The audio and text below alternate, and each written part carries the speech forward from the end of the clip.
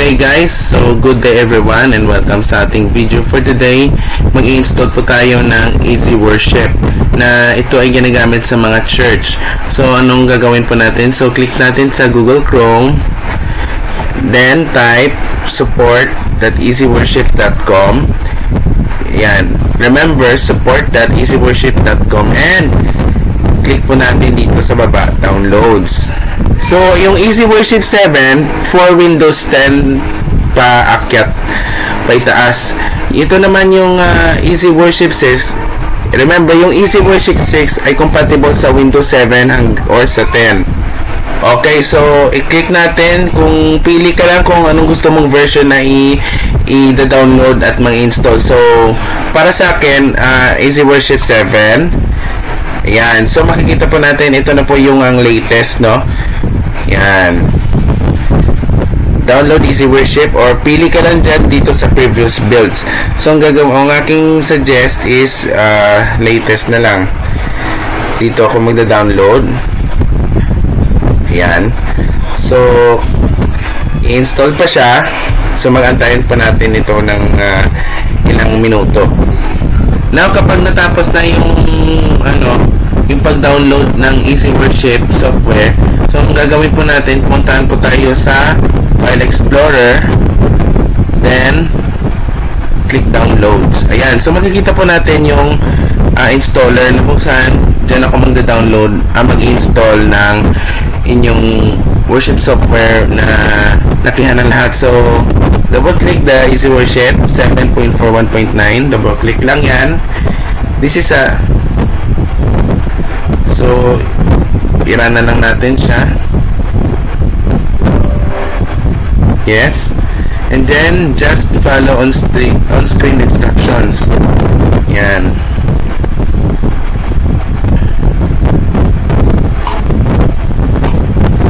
Ayan. So, makikita po natin mag-i-install na po siya, guys. Ayan. Then, yan, tapos na. Click finish. Close na natin. And, nasaan na siya? Eto na. Launch Easy Worship. Double click the icon. Ayan. So, remember, mapapansin yung may lumabas na Easy Worship Free Edition. No projection. Yung open parenthesis, watermark, close parenthesis. No projection, watermark. So, anong ibig sabihin? So, meron siyang watermark na logo na kung saan lumalabas dyan sa output screen.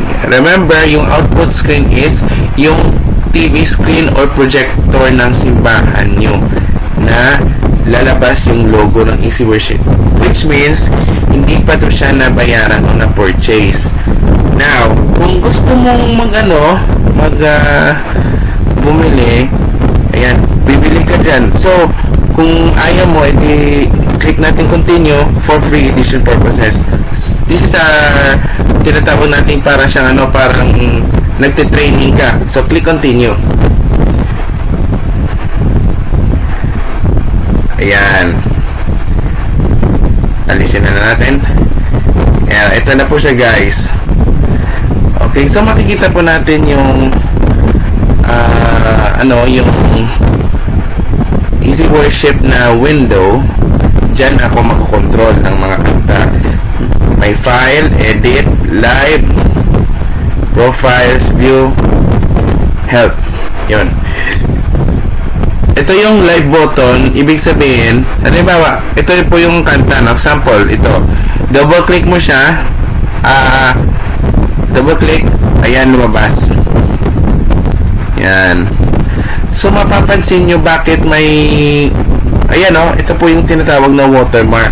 Yung Easy Worship logo. Bakit po may watermark? Ang dami po kasi nagtatanong dun sa ating vlog, which means hindi po siya nabayaran o na-purchase at na-register.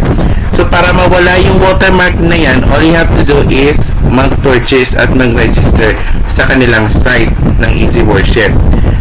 Okay? So, naiintindihan na natin. Now, click. Kung walang click, ito na po. Ito yung halimbawa sana yung projector screen. Yan. Now, ito na po yung itsura ng Easy Worship na ang presentation software na kung saan na ginagamit sa mga church sa ngayon. Okay, so naintindihan na po tayo guys, and maraming salamat sa inyong panonood, and see you again for the next video. Goodbye and God bless you all.